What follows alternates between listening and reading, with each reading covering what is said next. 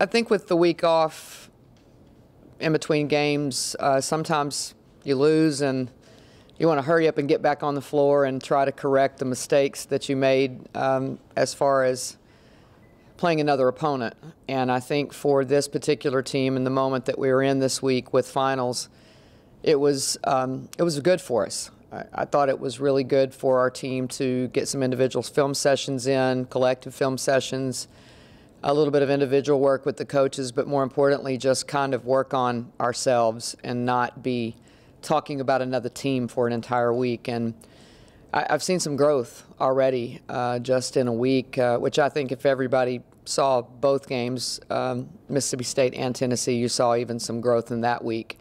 And I definitely think that our team is continuing to improve every day, which is, for a young group of players, I think that's really, really important, that they don't lose sight of the big picture of what we're trying to get accomplished, and more importantly, they continue to work.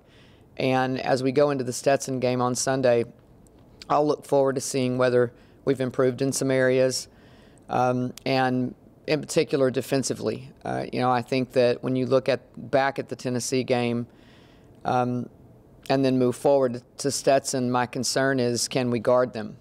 Just because of the actions that they run offensively, they challenge you. They challenge your discipline. They execute really well. And then on the flip side of that, I think they will zone us some, and we got a little stagnant in the second quarter of the Tennessee game against their zone. So those are two areas that we will immediately flip the page, and Stetson will challenge us in both.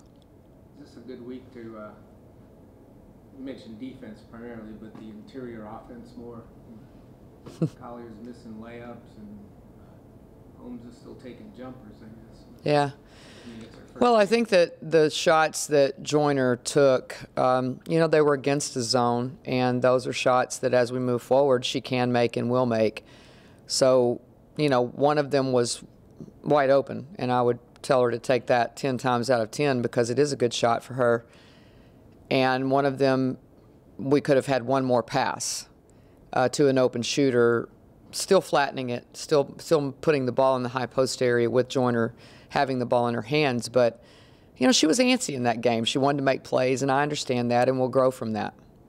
With her versatility, you say people, if they're going to play you that way with zones, wouldn't she be the type of person you could have sort of in the middle who could drive, pass, or take a 12-footer? Right. Absolutely, she should. And again, those two shots that she took in the first half in particular that may have seemed quick or not good shots, that's in the middle of the zone where you have to attack. And I thought they looked like good shots. Again, one of them we could have had one more pass to the backside to Danny, and probably would have been a higher percentage shot in the moment. But I like it that she doesn't look hesitant this year. Last year I thought when she got the ball in spaces that were open, she sort of stood there and shook it. I don't know whether I'm supposed to shoot or not. And I thought already she looks a more confident player. I mean, it's just timing and reps. How have they taken these two losses, Coach? And some like, oh well, but some get really mad and angry, and the taste of losing doesn't sit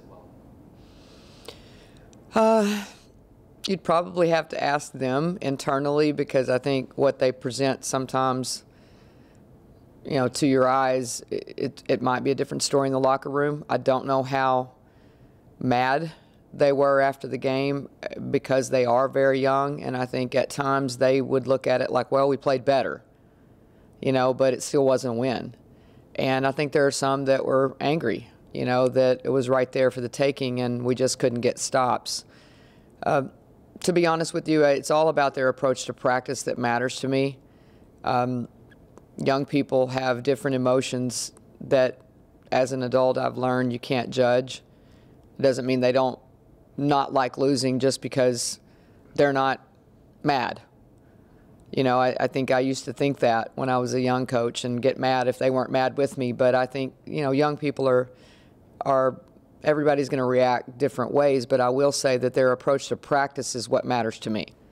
And I do think that we've had good practice days. Do you have enough time? I mean, you always talk about we need to get ready for conference. Mm-hmm. You've got 2 weeks, but also the holidays. Is there time, and do you really have to hammer that message to them, like, here's what we're moving towards? Yeah, I think I do this year. It's interesting that you asked that question because, I mean, we have 5 newcomers. We have Danny, who's new to the Big 12, not new to conference play, and not with a lack of understanding of how it amps up. She definitely knows that, but this is all new to her. Every opponent will be new to her. So I think that it is important that we try to get them a little more edgy, so to say. It's the best word I can use. We don't have enough edge to us, and we've got to try to find that, and that's sort of something that I think you have to find in practice. I don't think you just flip that switch and have an edge in a game. Is there something about the way players are raised these days where they don't have the edge, or this group in particular? I would probably say it's this group in particular. I mean, maybe I don't necessarily know the answer about how they're all being raised every day, but we don't have that big alpha dog on our team that sort of sets a tone and doesn't put up with not playing with an edge or doesn't put up with tolerating. I guess that's the best word I can use. Sometimes I think the best teams that you coach are the ones that don't tolerate it within each other, to have a possession where, or several in a row where you're not executing offensively or defensively. Now, I do think Joyner can become that, and I think before the injury, she was definitely heading in that direction. And as she has returned, I don't see as much of a hesitant personality as she had last year when she returned. Now, that doesn't mean she's at the top of her game right now by any means, but I do think that the change is going to happen quicker. Given that state of young players, do you feel a need to remind them that Stetson was up 20? Oh, they know. That's one thing I will say. They do know that. We have some older players that watch quite a bit of film. That's one area that I think Danny helps us in a little bit, is that she's a little bit of a rat when it comes to watching film. So she knows personnel, and she's starting to get more comfortable actually saying it and communicating, which I think is a big step for her, and because she does have leadership qualities and she does have the ability to talk because she does her homework. And so I think her becoming more vocal will help our team. Down the line, obviously not now, is Sedona Prince that type? I mean, she seems to be kind of animated, even not playing. Would she have that type of leadership? I think she definitely has leadership qualities, but I will say this much: I think all of the freshmen do. Maybe you don't see it right now. Audrey's a quiet leader, and as she grows as a player and gets more experience, and I think she will become a very vocal leader for us. Jo, you guys haven't seen anything close to what she's capable of, and may not this year. She's a freshman, during the headlights look every now and then, but she is not afraid to open her mouth up and is very confident in who she is. And then I could go down the line with Charlie and Sedona. They all have a confidence about them that eventually will be a voice. Very strong group as far as those qualities are concerned. You can't replace LaShawn, Coach, but do you need those minutes and points from Audrey and her to really be consistent offensively?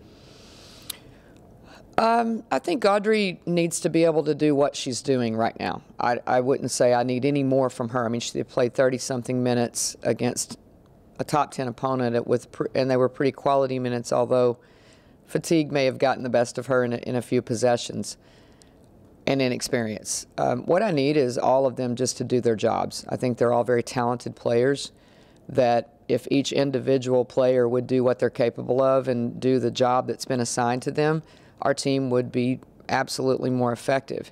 And as they grow with experience, and I always say this about freshmen, when they take that collective breath, which is about right now, for Jo it's a few more days, but most of the freshmen have finished with their first semester of college.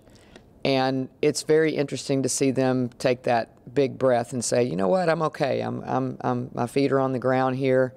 They always come back with a kind of a new feeling and a new mindset.